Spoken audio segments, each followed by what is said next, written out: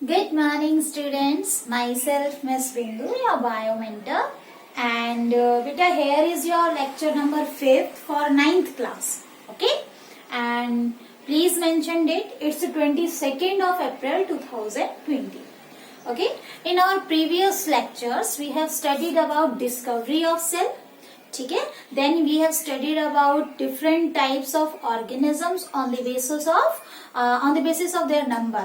जहाँ पे we have completed unicellular organisms, then multicellular organisms. ठीक है, एक comparative study हमने की. Then we move on different types of cells.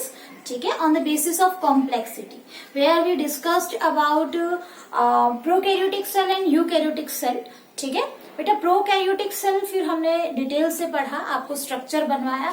ठीक है, एक चीज आपको बोलनी है कि जो डायग्राम्स आप बना रहे हैं वो डायग्राम्स शार्प पेंसिल से और जो है थोड़ा डार्क पेंसिल से बनाइए और साफ सुथरे डायग्राम बनाइए.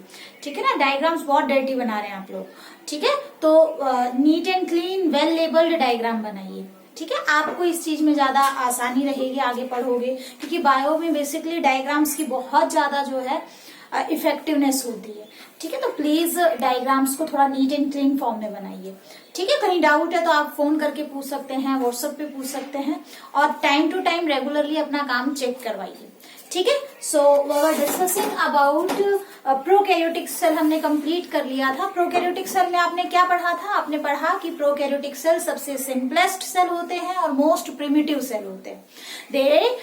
They didn't have well defined nucleus. Nuclear membrane is absent and such type of genetic material is known as nucleoid. उसे हम न्यूक्लियोइड कहेंगे. ठीक है, then we move on third point, that is they didn't have any membrane bound cell organelles. उनके cytoplasm में कोई membrane bound cell organelle नहीं होता. ठीक है, उसके बाद हमने पढ़ा कि जो है उनके अंदर जो राइबोसोम्स होते हैं that were 70S राइबोसोम्स. ठीक है, और अल्टीमेटली हमने कुछ एग्जांपल्स पढ़े. तो देखो बेसिकली ये 5 पॉइंट्स माइंड में होने चाहिए. इसके अलावा आपको सेल वॉल के बारे में बताया है, पेप्टिडोग्लाइकन की बनी होती है सेल, आपको ग्लाइकोकैलिक्स की लेयर भी मैंने बताई थी. ठीक है, फ्लैजिला बताया था, पिलाई बताई थी, सीलिया बताया था. तो वो सारी बातें हम कर चुके हैं, वो आपको सिर्फ डायग्राम में शो करनी है. लिखने के लिए जस्ट एग्जाम्पल और 5 पॉइंट्स. ठीक है, that are more than sufficient. तो next we are covering size and shape of cell. ठीक है, इसमें आपके प्रोकैरियोटिक सेल भी आ जाएंगे. जनरली हम यूकैरियोटिक सेल की बात करते हैं. ठीक है, तो बेटा देखो साइज में हमारे पास बहुत ज्यादा वेरिएबिलिटी है. जैसे अगर हम बात करें, आपको कोई पूछे कि जो स्मॉलेस्ट सेल है, ठीक है, स्मॉलेस्ट सेल जो है वो क्या है? That is mycoplasma. क्या बोलोगे? माइकोप्लाज्मा. ठीक है, इसकी जो साइज होती है 0.3 माइक्रोमीटर. ठीक है, इन लेंथ. अब 0.3 माइक्रोमीटर का मतलब क्या है? इसका मतलब ये माइक्रोमीटर का मतलब होता है 1 माइक्रोमीटर में 10⁻⁻⁶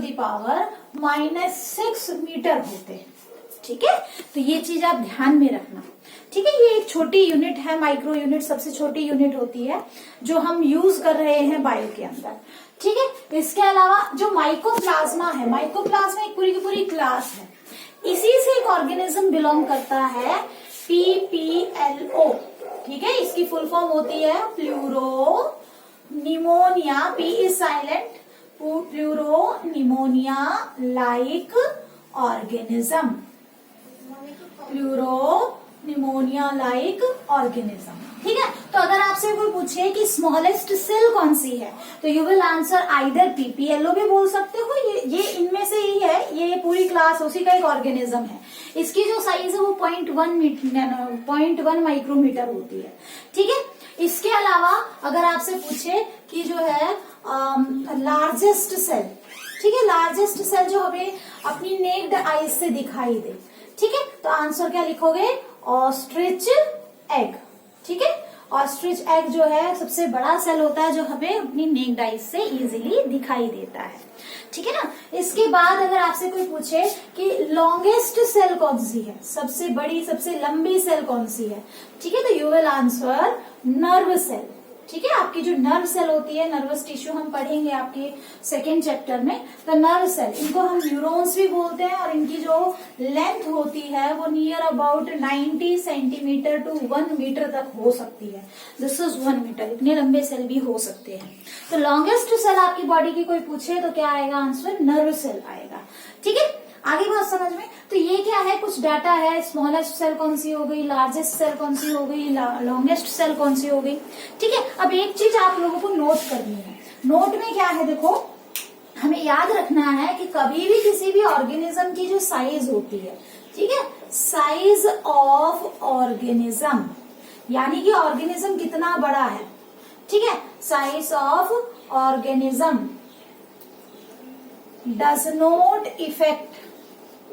does not affect size of cell। ठीक है, ऐसा नहीं है कि एक ऑर्गेनिज्म बहुत बड़े साइज का है तो उसका साइज जो है, उसकी सेल का साइज भी हमेशा बड़ा ही होगा, और कोई ऑर्गेनिज्म बहुत छोटा है तो उसकी सेल का साइज छोटा होगा, ऐसा नहीं होगा। ठीक है, हमारी बॉडी की, एक मल्टीसेलुलर ऑर्गेनिज्म की जो बॉडी है उसका साइज डिपेंड कर रहा है उस पर कितने सेल है। ठीक है, सेल का ओवरऑल साइज डिफाइन नहीं कर रहा है, नंबर ऑफ सेल डिफाइन कर रहे हैं। जैसे अगर तुमसे कोई पूछे कि एलिफेंट की सेल का साइज बड़ा होगा या एंट की जो सेल है उसका साइज बड़ा होगा, ठीक है, तो हम कुछ नहीं कह सकते कि एलिफेंट का बड़ा होगा या एंट का। हो सकता है कि एंट की सेल का, एंट जो है उसकी सेल का साइज बड़ा हो और एलिफेंट की सेल का साइज बड़ा छोटा हो। ठीक है, तो size of cell is not defining the size of organism, is not defining the size of cell. ठीक है, ये चीज आप हमेशा ध्यान में रखना। अब देखो बात करते हैं हम आपके डिफरेंट शेप ऑफ सेल की। तो बेटा शेप बहुत सारी है। ठीक है, जैसे अगर हम बात करें जो है ऑयस्ट्रिच एग की, ठीक है, या फिर आप यूं लगा लो, ऑयस्ट्रिच एग भी छोड़ो, ह्यूमन एग की बात करें।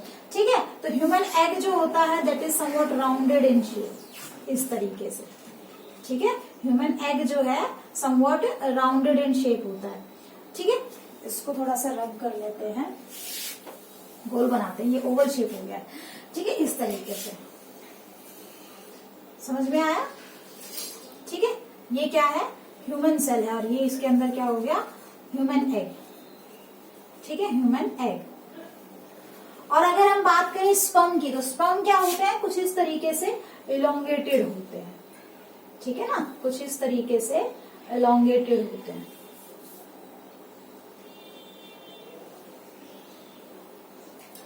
इस तरीके से इलोंगेटेड होते हैं, और लास्ट में इनकी टेल जो है ऐसे करके लंबी सी टेल होती है। ठीक है, इस तरीके से। तो ये जो डायग्राम हमने बनाया है, ये किसका डायग्राम है, ह्यूमन स्पर्म का डायग्राम है। ठीक है ना, ह्यूमन स्पर्म। ठीक है, और शेप कैसी दिखाई दे रही है आपको, इसकी इलोंगेटेड है, मूविंग होते हैं ये, इलोंगेटेड। और ये कैसी दिखाई दे रही है आपको, ओवल भी कह सकते हो, सर्कुलर भी कह सकते हो, जनरली सर्कुलर ही कहेंगे। ठीक है, इसके अलावा देखो अगर हम बात करें हमारी आरबीसी की, तो हमारी आरबीसी कुछ इस तरीके की होती है। ठीक है, बाई कनकेव होती है, बाई कनकेव। ठीक है, तो बाई कनकेव का मतलब ऊपर से भी थोड़ी सी दबी हुई बीच में से, और नीचे की तरफ से भी थोड़ी दबी हुई नीचे से। यहाँ से ये दबाव है और यहाँ से ये, तो दोनों ही सरफेस ऊपर से और नीचे से थोड़े से भिजे हुए हैं, ऐसे इस शेप में है। ठीक है, तो बाई कनकेव बोलेंगे। ये क्या है, आरबीसी है, mature human RBC, mature RBC, red blood cell है। ठीक है, ऐसी अगर आपकी डब्ल्यूबीसी की बात करें तो आपकी डब्ल्यूबीसी जो है व्हाइट ब्लड सेल, कुछ इस तरीके का न्यूक्लियस होगा उसके अंदर, और शेप जो है वो इरेगुलर होती है ऐसे करके। ठीक है ना, उसकी जो शेप है वो इरेगुलर होती है। तो इस टाइप की इरेगुलर शेप को हम बोलते हैं अमोइबॉइड शेप। क्या बोलोगे, अमोइबॉइड शेप। कुछ सेल ऐसी होती है जो ब्रांच्ड होती है ऐसे करके। ठीक है, इस तरीके से ब्रांच्ड होती है ऐसे ऐसे। इनको जैसे जनरली यहाँ पे हम एग्जांपल लेते हैं, ये डब्ल्यूबीसी है, डब्ल्यूबीसी व्हाइट ब्लड सेल। इस टाइप की जो सेल होती है, जैसे जनरली क्रोमेटोफोर जो सेल्स होती है ना, उनके अंदर ये बेसिकली क्या करती हैं, केमिकल को स्टोर करती हैं, कलर को स्टोर करती हैं। तो ये जो है बेसिकली इनकी जो ब्रांच्ड हो गई। ठीक है, इसके अलावा अगर हम न्यूरॉन का डायग्राम देखें, हालांकि हम करेंगे डिटेल से न्यूरॉन का डायग्राम, बट आपको पता होना चाहिए थोड़ा बहुत इसके बारे में। ठीक है ना, तो हमारी जो सबसे लंबी सेल होती है वो कुछ इस टाइप की होती है। ये हमने बना दिया न्यूरॉन का डायग्राम, ठीक है, बहुत ज्यादा लंबी होती है और इसका काम क्या होता है, nerve impulse conduction, nerve impulse conduction, ठीक है। आपकी बुक में आप एनसीईआरटी ऐप डाउनलोड कर लेना, उस बुक में बहुत सारी डिफरेंट शेप्स आपको दिखाई हुई है, ठीक है ना, वो शेप आप अपनी बुक से बना लेना, अदरवाइज बुक नहीं है तो आप बोर्ड से भी कॉपी कर सकते हैं, ठीक है। तो ये जो डायग्राम हमने बनाया है, this is diagram of your nerve cell, ठीक है। तो काफी लंबी सेल होती है, आगे से ब्रांच स्ट्रक्चर होता है, पीछे से इसकी नर्व एंडिंग्स होती है, ठीक है, और बड़ी सी इलोंगेटेड सेल होती है। तो ये क्या हो गई, नर्व सेल हो गई, this one is your nerve cell. और ये कैसी है, दिस इज समवॉट इलोंगेटेड, लंबी सेल है, ठीक है। इसके अलावा अगर हम बात करें हमारी बॉडी के अंदर, एनिमल बॉडी के अंदर क्या होती है, कुछ फैट स्टोरिंग सेल भी होती है। उन फैट स्टोरिंग सेल को क्या बोलते हैं हम, एडिपोसाइट, क्या बोलोगे, एडिपोसाइट। ये हो गया न्यूक्लियस, ठीक है। और ये बड़ी सी ड्रॉपलेट जो दिखाई दे रही है, ये आपको दिखाई, ये क्या है, this one is fat droplet, ठीक है, फैट ड्रॉपलेट। और ये सेल क्या है, this is adipocyte, adipocyte, and this one is fat storing cell, ठीक है। एक नंबर में कॉम्पिटिटिव एग्जाम में कई बार क्वेश्चन आ जाता है कि फैट को स्टोर करने वाली सेल को क्या बोलते हैं, क्या बोलोगे, एडिपोसाइट, ठीक है। और शेप कैसी है इसकी, ओवल शेप है, समझ में आया, शेप कैसी है, ओवल शेप है, ठीक है। तो मैं एक बार बीच से हट रही हूँ, आप इसकी स्क्रीनशॉट ले सकते हैं, और स्क्रीनशॉट नहीं लेना चाहते हैं तो आपकी बुक में ये डायग्राम मिल जाएंगे, बस आपको सिर्फ कुछ डायग्राम्स ड्रॉ करने हैं regarding the shape of the cell, ठीक है। एनसीईआरटी में दिए हुए हैं शेप, अलग अलग शेप दी हुई है, मे भी शायद एक आधा एग्जाम्पल और एक्स्ट्रा भी दिया हुआ हो, ठीक है ना। तो आपको शेप और साइज जो डाटा आपकी बुक में दिया है वो मेंशन करना है, मेन मैंने सारा लिखवा दिया आपको, ठीक है। तो आप एक बार इसका स्क्रीनशॉट ले लीजिए।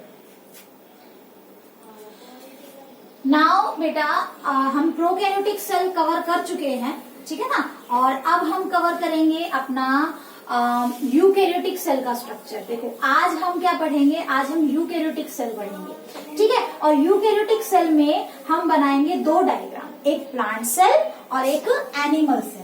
मैं आपको बाय डायग्राम जो दोनों सेल है वो ड्रॉ करके दिखाऊंगी, आपको सिखाऊंगी कैसे डायग्राम बनाना है, ठीक है। और जो डिफरेंसेस है हम वो डिफरेंसेस साथ साथ करते हुए चलेंगे, ठीक है। Now it's your work to differentiate between plant cell and animal cell, ठीक है। आपका होमवर्क रहेगा प्लांट सेल और एनिमल सेल में डिफरेंस खुद से लिखना, खुद से लिख सकते हैं तो बहुत अच्छी बात है, और खुद से अगर नहीं लिख सकते हैं, ठीक है ना, तो आपने क्या करना है, अपनी कोई भी बुक से डिफरेंसेस आप कहीं से भी लिख सकते हैं, आपको कम से कम 5 डिफरेंसेस आने चाहिए।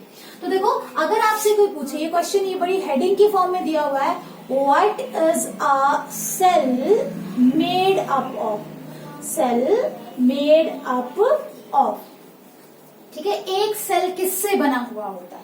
तो जनरली हम देखें, है ना, जनरली अगर हम देखें तो सेल क्या है, cell have 3 basic components, basic components पहले भी हम कर चुके हैं ये वाली बात, ठीक है। क्या क्या होते हैं, कौन कौन से होते हैं 3 बेसिक कंपोनेंट्स, एक तो क्या होगा, सेल एनवेलप, सेल एनवेलप, ठीक है। और दूसरा क्या होगा, इसके अंदर जो लिक्विड, सेल एनवेलप के बीच में जो लिक्विड भरा हुआ उसे हमने क्या कहा था, साइटोप्लाज्म। और तीसरा कंपोनेंट जो होता है बेटा, दैट इज न्यूक्लियस। समझ में आ गई बात, क्या होता है, न्यूक्लियस, ठीक है। अभी देखो हम प्रोकैरियोट्स में तीनों चीजें कर चुके हैं कि साइटोप्लाज्म में क्या क्या होता है, न्यूक्लियस क्या होता है, ये सारी बातें।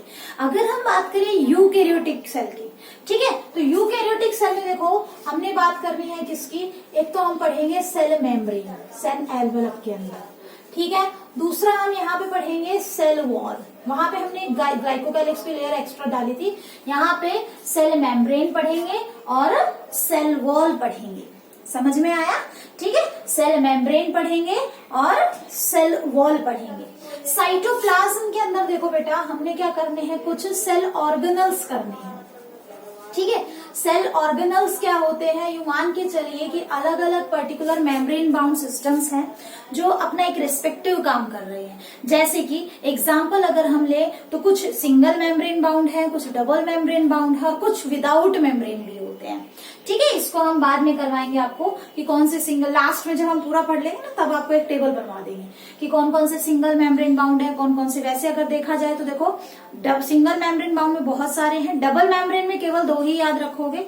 ठीक है, एक तो आपका आता है माइटोकॉन्ड्रिया और दूसरा प्लास्टिड्स। ठीक है, वैसे सिंगल मेम्ब्रेन बाउंड में बहुत सारे हैं, जैसे गोल्जी बॉडीज हो गए, लाइसोसोम्स हो गए। ठीक है, तो इस तरीके से क्या है, कुछ क्या है आपके सिंगल मेम्ब्रेन बाउंड। और विदाउट मेम्ब्रेन बाउंड में आप जो है सेंट्रोसोम कर सकते हैं और जो है राइबोसोम्स कर सकते हैं। ठीक है, तो इस तरीके से हमें सेल ऑर्गेनल्स, हर एक सेल ऑर्गेनल को हम बहुत डिटेल से पढ़ेंगे। नेक्स्ट है न्यूक्लियस। न्यूक्लियस का कंप्लीट स्ट्रक्चर हम बनाएंगे क्योंकि हम यूकैरियोटिक सेल की बात कर रहे हैं। तो न्यूक्लियस के अंदर हम किस किस की बात करेंगे, हम बात करेंगे न्यूक्लियर मेम्ब्रेन। ठीक है, इसके बाद इसके अंदर न्यूक्लियोप्लाज्म भी मिलेगा हमें। ठीक है, एक हमें चीज और मिलेगी, उसको कहते हैं हम न्यूक्लियोलस। क्या होता है मैं पढ़ाऊंगी तब बताऊंगी। और एक इसमें क्या होता है, क्रोमेटिन मटेरियल होता है जो बेसिकली आपका यूं कहो कि डीएनए होता है। ठीक है, थ्रेड फाइबर्स लाइक स्ट्रक्चर होते हैं। तो इस तरीके से हमने क्या देखना है, न्यूक्लियस भी हम बहुत डिटेल से पढ़ेंगे। ठीक है, हम जब शुरुआत करेंगे तो हम सेल मेम्ब्रेन से करेंगे, बट एक ओवरव्यू आपके माइंड में होना चाहिए कि एक यूकैरियोटिक सेल का डायग्राम कैसा होता है।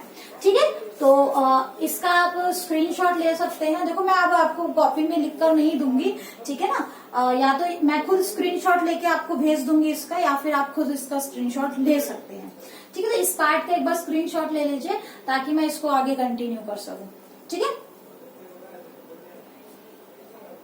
नाउ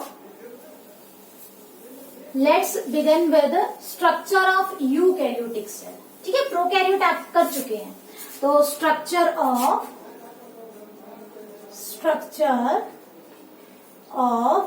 यूकैरियोटिक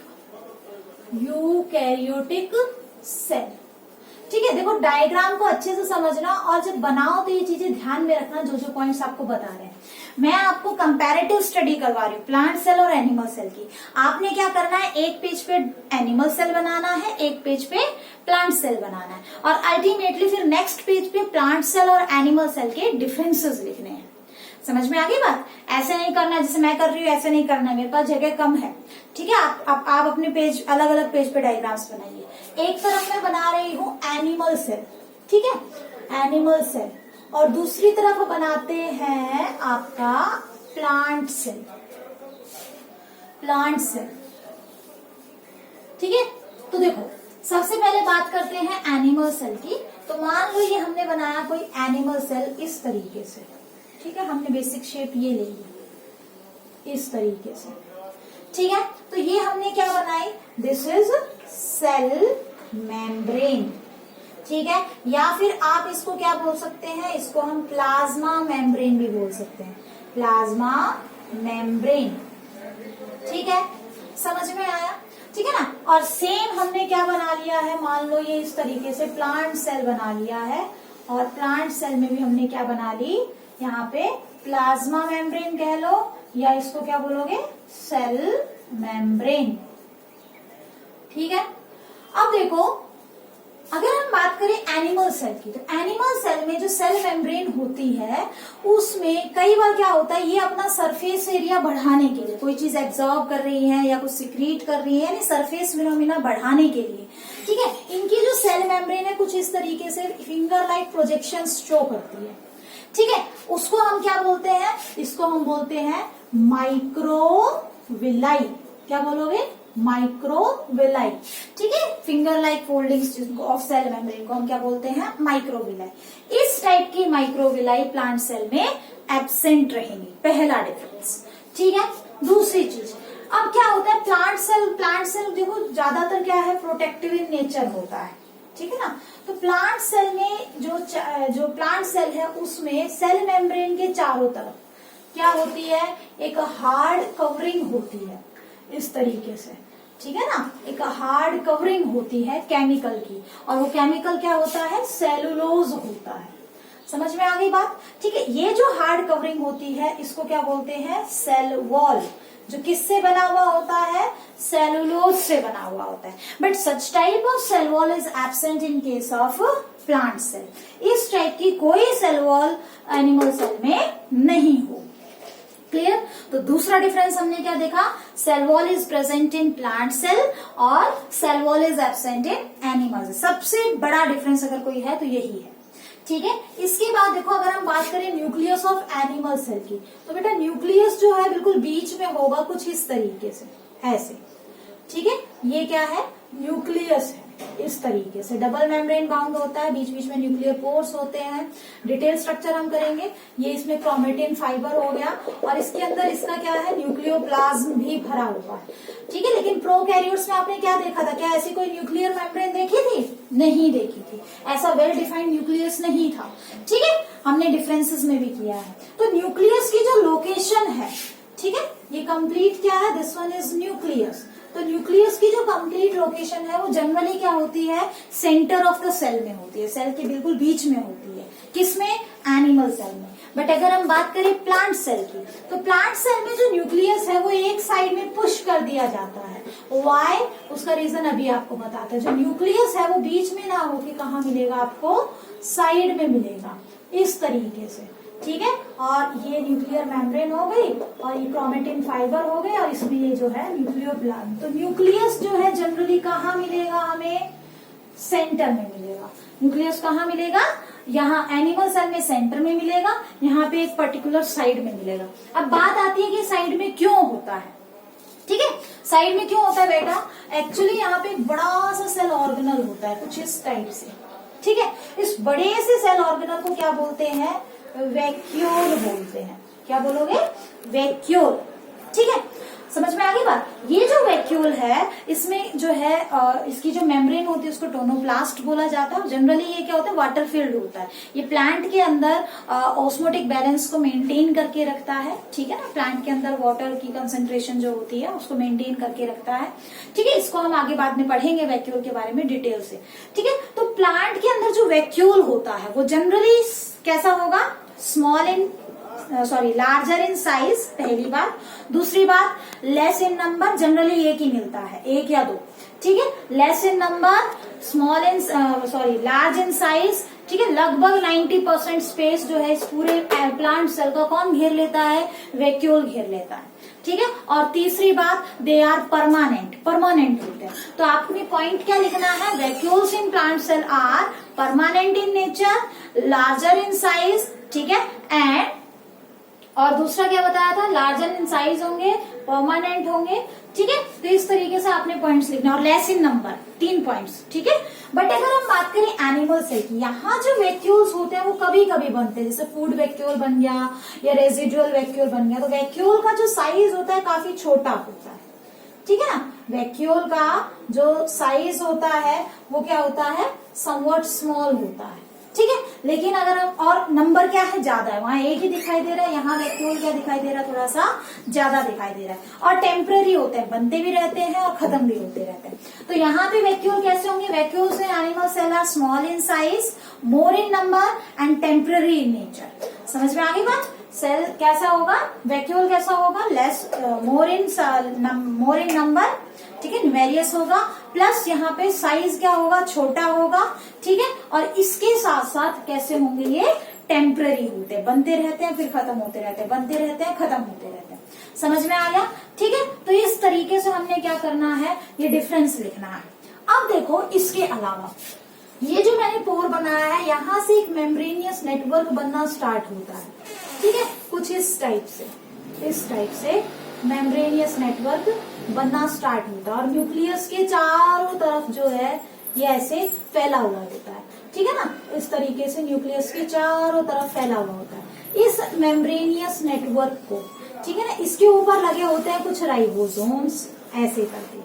ठीक है, एक ही सरफेस पे लगे हुए होंगे, ये राइबोसोम्स लगे हुए हैं इस तरीके से। समझ में आया।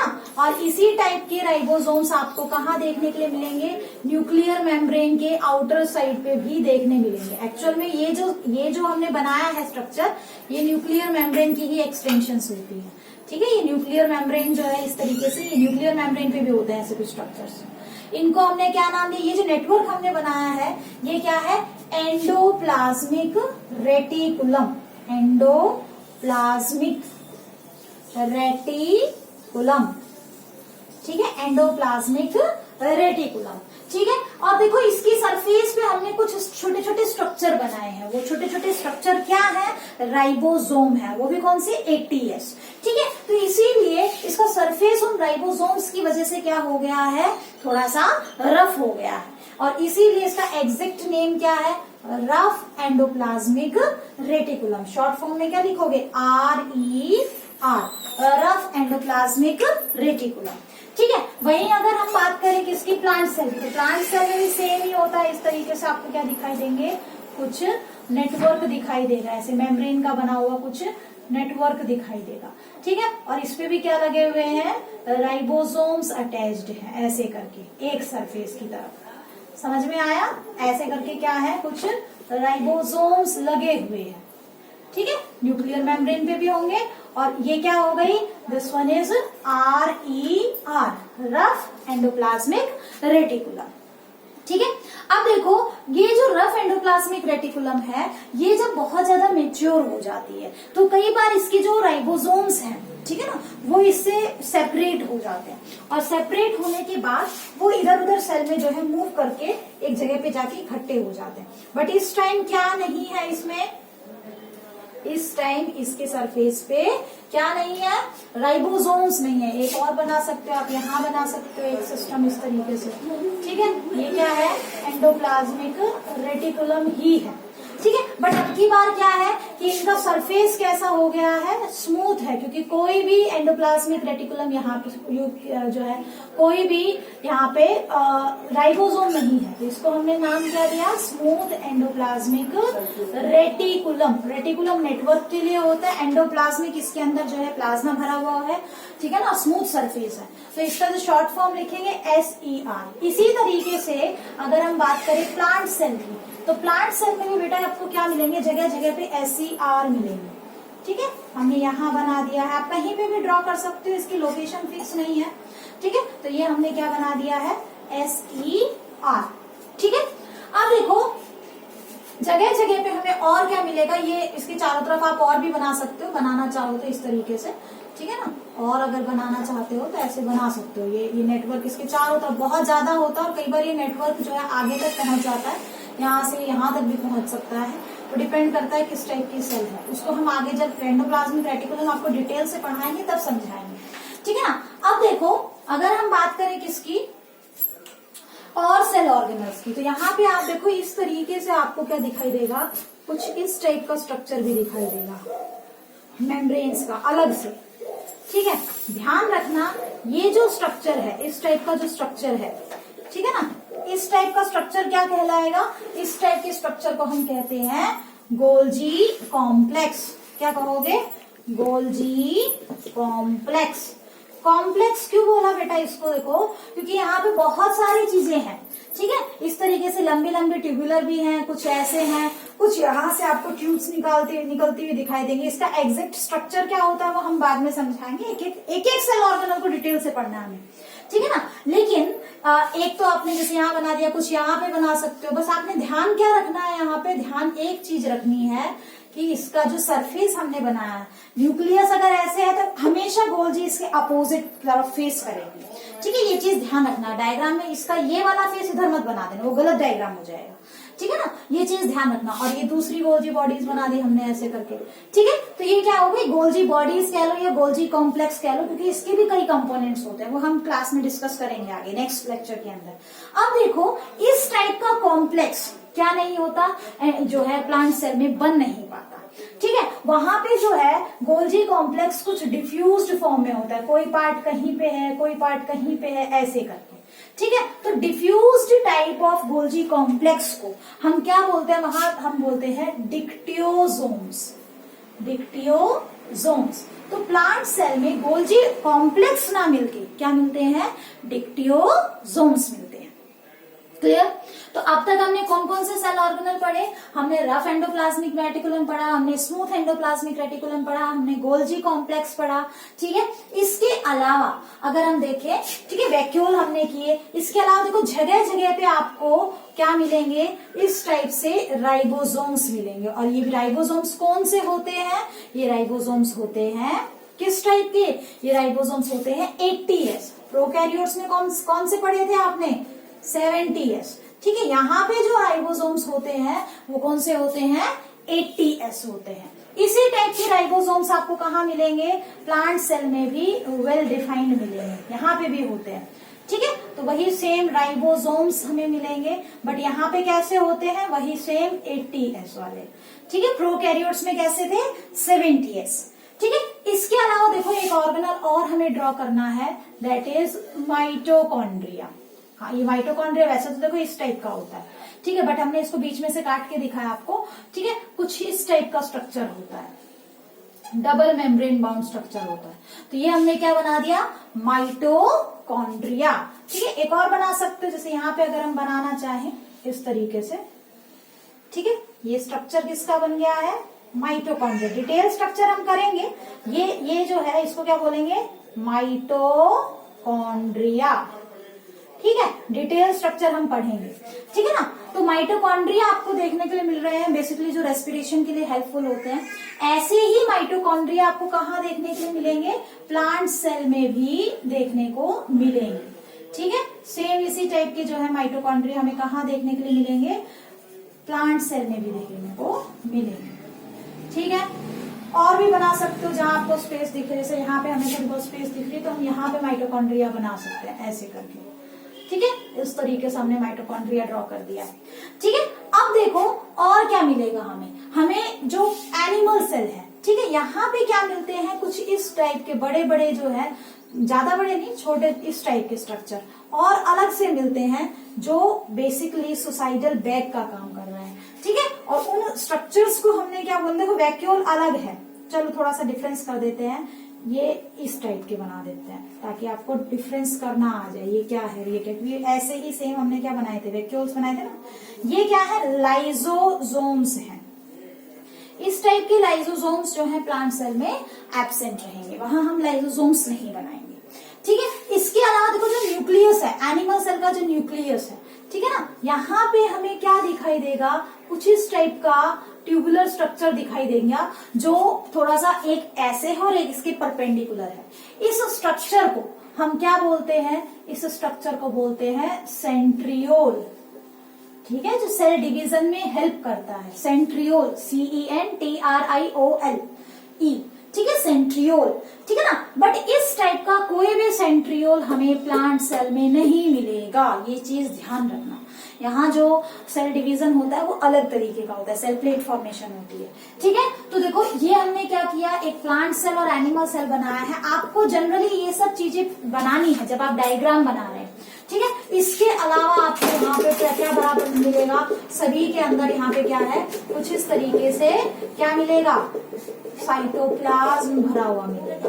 ठीक है, चारों तरफ यहाँ पे क्या भरा हुआ है, साइटोप्लाज्म भरा हुआ है। ठीक है, समझ में आया। ठीक है ना, तो ये क्या हो गया, जो यहाँ लिक्विड भरा हुआ है पूरी सेल मेम्ब्रेन के अंदर, उस